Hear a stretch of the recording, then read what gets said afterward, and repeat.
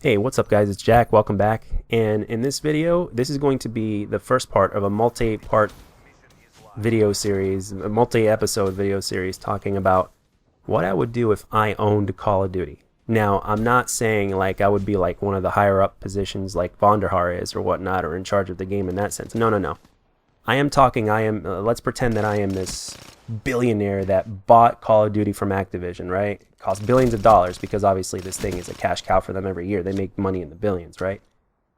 So I bought it out at a ridiculous price, and at the same time, even though I'm this huge billionaire, I am a huge passionate Call of Duty fan.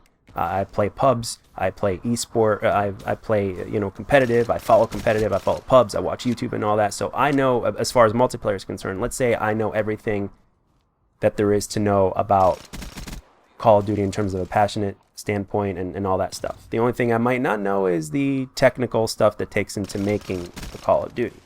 But I know enough, and I know who to hire, and I've got the money to do it, to make it right, and I've heard the fans and all this kind of stuff, and I am one of them, and I am going to put everything that I possibly can into making the ultimate Call of Duty game that the fans know and that they deserve and that they've been crying out for. And that is pretty much it. And the thing is, I want to say that is also for future episodes, and I'm going to be repeating this in every episode, and that is that my personal opinion of how the game should be, like in terms of what I want, like personally as a player, will have no bearing on the game itself. It won't. For instance, I'm not a sniper. Okay, but this is just a little tidbit what I would do with the gameplay, which will be in episodes. For instance, I'm not a sniper, right? I absolutely despise sniping because it's just not for me. I think it just slows you down way too much, and you guys know that I'm super aggressive. And the thing is, just because I hate sniping doesn't mean that sniping is not in the game. And as a matter of fact, I'm going to make sniping slightly easier than this game, than Black Ops 3, because in Black Ops 3 they basically took out a majority, if not all, of aim assist, and it makes it really hard for snipers. Now, on one hand, I totally agree with it, totally, but at the same time, there's a lot of people out there that are having a ridiculous amount of time, and you barely see that many snipers. And the thing is, I will make sniping, let's say, harder than previous games to do, but easier than this game. So it's not going to be anywhere as ridiculous as it was, like let's say in Black Ops 2, but it's not going to be as difficult as it is in this game. Okay, I'm just going to make it slightly easier. I'm going to add in a little bit of aim assist to help those people. And and one more thing, I would build an engine from the ground up, and I'm going to get more into details on that in future episodes. But this episode is basically going to be focusing on the community, because the community is the most important part of this game. Even though the community is not what it used to be in terms of numbers, the amount of people that play and all that kind of stuff, and where YouTube used to be and all this kind of stuff, and things have changed radically, the community is still the biggest part of what makes Call of Duty tick, so to speak. And that generates so much money and all this other stuff and content, you name it. With that being said, again, what I would also do is I would build a huge ass studio that would hold 600 plus developing people, and what I would do is I would put them all under one roof, be the hugest studio ever built. I don't know what it would be called, and I would combine Treyarch, Sledgehammer, and Infinity Ward together, so that way they could work under one roof and make the Call of Duty game that we've all wanted. I would also make specific websites, polls, and have multiple people active on Twitter, including myself, that basically answer fan questions, keep them in give them details without necessarily spoiling too much. And speaking of which, I would treat everybody the same. And what I mean by that is, pay really close attention now.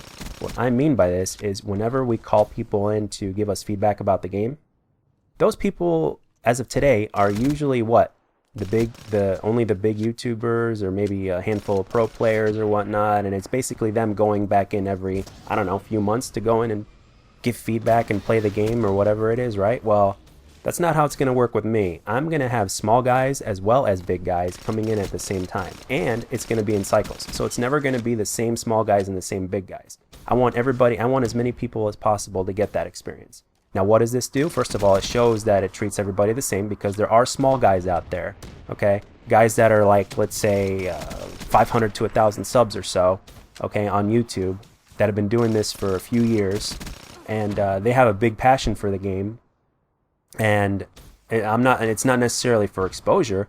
It's just for the fact that, hey, I want to basically treat everybody the same, and everybody deserves to have this amazing experience. We're passionate fans, so therefore, you know, why not come down, see our studio. Your hotel will be paid for, your food will be paid for. You'll have a couple of days with us. You're gonna give us a chance to give us feedback or whatnot.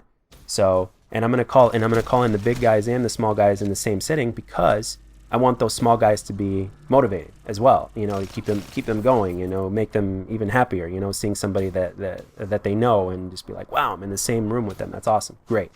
And again, it would be in cycles. So next time we would call another batch in, it would be another group of small guys and big guys at the same time. And you know, I think it's really important for everybody in the community to have the same voice. You know, you got to have, you know, because everybody, in a sense, everybody basically makes Call of Duty what it is. Even whether you're the smallest casual that just started and has no idea what the hell they're doing but loves the game, or whether you're a professional player that absolutely knows what they're doing and knows what goes on in Call of Duty in the forefront and the back front, behind the scenes or whatnot, it doesn't matter. Everybody from the beginning, from the lower end of the ladder to the higher end of the ladder, everybody is going to have a chance to come by at the studio and check it out. Now, what I would also do is I'm going to make an announcement immediately that I have basically bought Call of Duty out from Activision, and we're working on a new game, and we're doing this, and basically I'm going to announce there's going to be new Call of Duties for 3 years, but at the same time, there will be in between that time,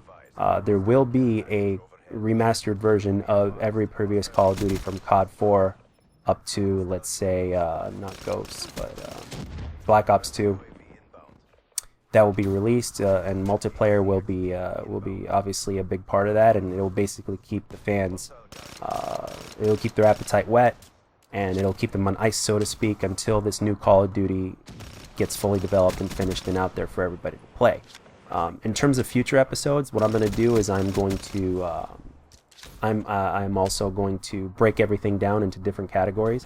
This one was just basically about the community, as far as the very basics of what I would do and what I would do to make basically help bring this community again. And not only that, when we finally have the big multiplayer reveal of the game, I will again invite all those guys and a handful of other guys that haven't been to the studio, so that way they have their chance of basically showing up at this multiplayer reveal and having a good time playing and just interacting with people and just having a good time, you know, and just bringing the community together, because that's all what it's about. It's all about bringing the community together and treating everybody the same, because that's how we should be treated. So therefore, that's the very basics of what I would do, and I would certainly do it, you know. Let's see what else. One other thing I want to say before, because I'm running out of time here. One other thing I want to say before I move on to making the next video, which is going to be in different categories of what I would do with the multiplayer. I'm only going to be talking about the multiplayer because I don't play the campaign nearly enough, if barely any now, barely at all. So I'm not going to be talking about campaign. I'm not going to be talking about zombies. I feel that there are people out there that know a shit ton more than I do about both of those, to talk about them and what the fans want and all that. So I'm going to leave that out. I'm only going to be talking about multiplayer because, quite frankly, it's what I know best in terms of Call of Duty, and it's also what I've been playing for the last 5 to 6 years, and been making content for YouTube for a little over a year now. So but that's pretty much all I wanted to talk about in this video, guys. The very basics of bringing this community together and what I would do. Stay tuned. I will have more episodes about the multiplayer coming up. I think you guys are really going to enjoy it. I really thank you guys for watching. If you like this video, let me know, and if you don't, let me know what I can do to make my future videos better, and I'll catch you guys on the next one very soon.